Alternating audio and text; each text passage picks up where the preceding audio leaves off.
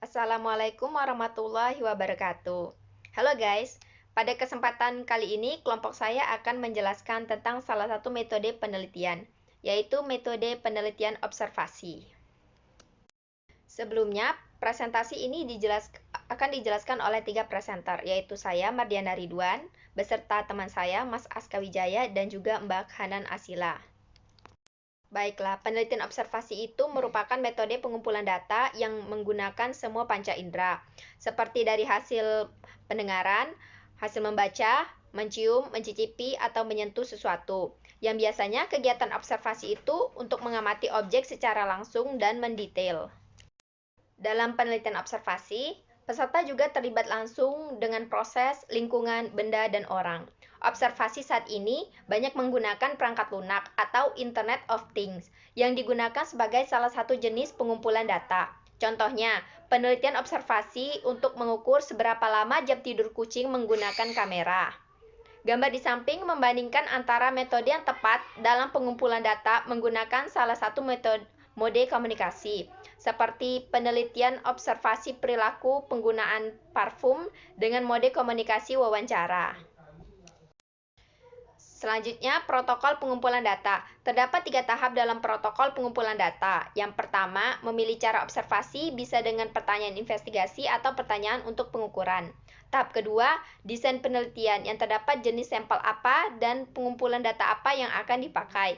Dan tahap ketiga, yaitu mengkoleksi dan mengumpulkan data. Yang mana, sebelum dikumpulkan data tersebut harus diverifikasi kebenarannya. Terdapat faktor yang mempengaruhi desain penelitian observasi, yaitu pemilihan desain pengambilan sampel dan pemilihan desain pengumpulan data. Pada faktor jenis pengambilan sampel, terdapat pilihan sampel, yaitu peristiwa atau sampel waktu. Sedangkan pada desain pengumpulan data, terdapat faktor konten, yaitu apakah memiliki konten yang faktual, inferensial, atau keduanya. Sedangkan lingkungan, yaitu apakah observasinya perilaku atau non-perilaku. Kondisi observasi yaitu apakah kondisinya di tempat yang alami atau buatan seperti laboratorium. Sedangkan protokol yaitu apakah memiliki observasi yang simpel atau sistematik. Sedangkan kehadiran pengamat atau observer yaitu apakah observernya ada berpartisipasi secara langsung atau tidak langsung. Sedangkan kerahasiaan observer yaitu apakah observernya memilih antara merahasiakan observasi atau tidak merahasiakan. Selanjutnya, terdapat tipe-tipe observasi, yaitu observasi non-perilaku dan perilaku. Observasi non-perilaku terdapat 3 analisis, yaitu analisis catatan, yaitu analisis yang melibatkan catatan sejarah atau bisa juga masa kini, seperti catatan publik maupun catatan pribadi peserta. Kemudian, analisis kondisi fisik, contohnya observasi pembelajaran kepatuhan keselamatan pabrik. Yang terakhir, analisis proses atau aktivitas, yang merupakan pengamatan yang menitik beratkan pada proses atau aktivitas objek penelitian, seperti analisis arus lalu lintas dalam sistem distribusi. Sedangkan observasi perilaku terdapat beberapa analisis, yaitu analisis nonverbal yang mencakup gerakan tubuh, ekspresi motorik, dan bahkan saling pandang antara peserta atau ciri-ciri pandang. Sedangkan analisis linguistik merupakan perilaku linguistik yang melibatkan proses interaksi antara 2 orang atau di dalam kelompok kecil, yang mana interaksi tersebut dapat diukur. Contohnya, perilaku spontan seorang guru yang mengeluarkan suara keterkejutan dengan mengucapkan kata-kata seperti "Oh my God" selama proses belajar. Sedangkan analisis ekstralinguistik terbagi 4 dimensi. Yang pertama, vokal, termasuk nada, kenyaringan, dan warna suara. Yang kedua, temporal, termasuk kecepatan berbicara, durasi, ucapan, dan ritme.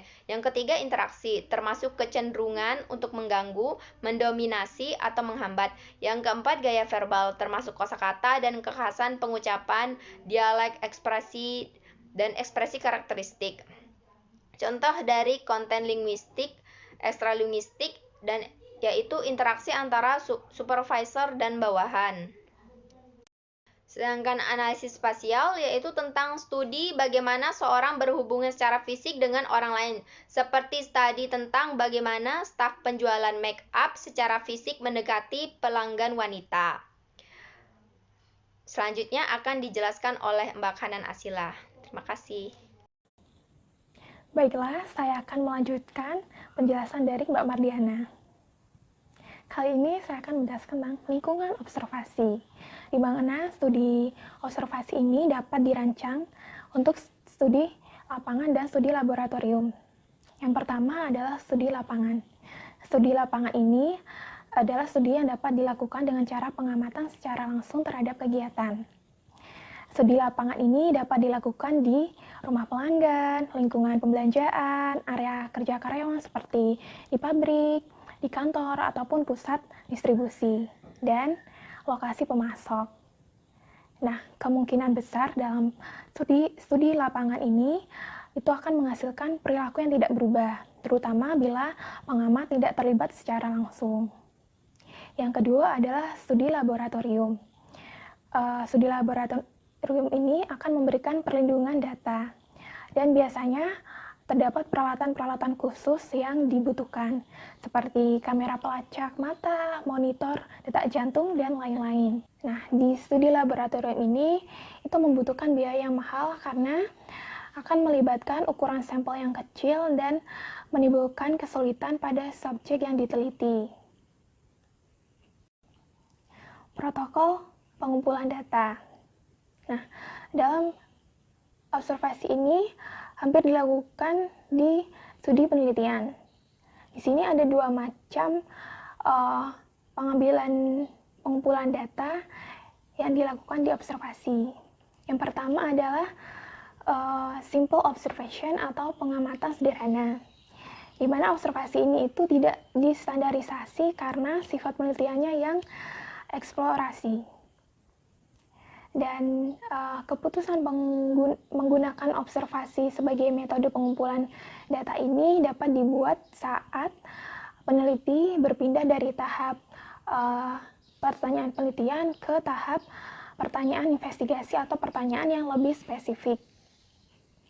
Yang kedua ada systematic observation atau pengamatan sistematis, di mana observasi ini itu menggunakan prosedur yang standar dan membutuhkan pengamat yang terlatih dan adanya jadwal pencatatan.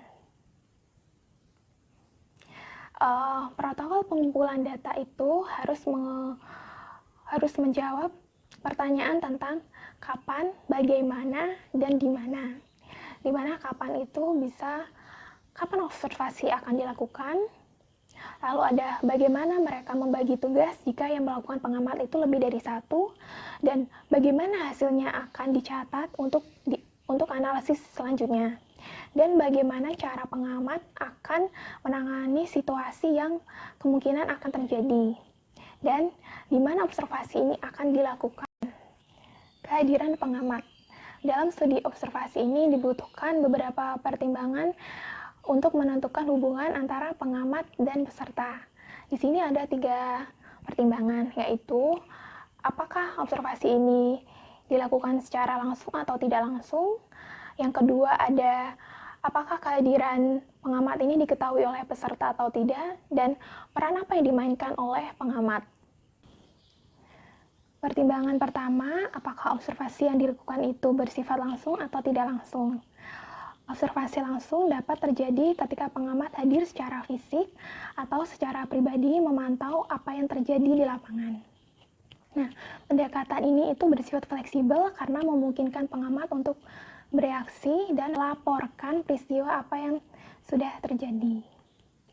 Nah, pengamat di observasi langsung ini itu bebas berpindah tempat, mengubah fokus pengamatan, dan dapat berkonsentrasi pada hal-hal yang tidak terduga. Namun, ada kelemahannya, yaitu adanya sirkuit persepsi pengamat yang berlebihan, karena peristiwa itu bergerak dengan cepat dan harus dilakukannya rekonstruksi ulang, karena ada beberapa peristiwa yang tidak dapat direkam. Lalu, ada observasi tidak langsung, di mana pada observasi tidak langsung ini itu dapat melibatkan rekaman secara mekanis, fotografis, ataupun elektronik. Misalnya adalah penempatan kamera di setiap departemen untuk memantau pergerakan dari karyawan. Nah, observasi tidak langsung ini mempunyai kelemahan, yaitu adalah kurang fleksibel dan kemungkinan data yang diambil adalah tidak akurat. Namun kelebihannya adalah observasi tidak langsung ini bersifat tidak bias dan dapat dianalisa ulang untuk beberapa aspek selanjutnya. Pertimbangan yang kedua adalah kehadiran pengamat itu diketahui oleh peserta atau tidak. Nah, biasanya nih pengamat itu cenderung melakukan pengamatan secara sembunyi-sembunyi. Untuk apa? Adalah untuk melindungi dirinya dari objek yang diteliti. Namun ada peneliti yang menyarankan untuk melakukan persembunyian tidak mencolok, di mana persembunyian ini bersifat tidak mengganggu dan membutuhkan kreativitas dan imajinatif dari pengamat. Ada juga persembunyian sebagian, di mana kehadiran pengamat ini diketahui oleh peserta, namun tujuan dan partisipan itu tidak diberitahu kepada peserta. Nah, pertimbangan yang ketiga adalah peran apa yang dilakukan oleh pengamat. Di sini pengamat bisa berperan sebagai pengamat ataupun berperan sebagai partisipan. Namun, jika pengamat tersebut berperan sebagai partisipan, akan terjadi beberapa masalah. Ada dua, yaitu peran pengamat ini dapat mempengaruhi cara orang lain yang bertindak, dan pengamat sebagai partisipan ini adalah menempatkan posisinya sebagai peran ganda. Oleh karena itu, biasanya pengamat sebagai partisipan ini dihindari dalam penelitian. Ya, terdapat beberapa keuntungan atau kelebihan dari metode observasi dalam sebuah penelitian. Yang pertama adalah metode observasi dapat atau mampu mengumpulkan data langsung secara aktual pada saat terjadinya suatu pengamatan.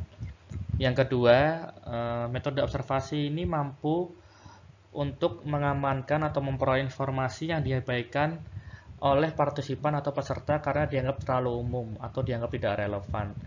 Contohnya ketika peneliti mengamati suatu aktivitas pembelian di toko, terdapat kondisi seorang penjual tidak memperhatikan hal-hal yang umum seperti bagaimana cuaca hari ini, bagaimana toko hari ini ramai atau tidak, dan mungkin seperti bagaimana promosi toko hari ini.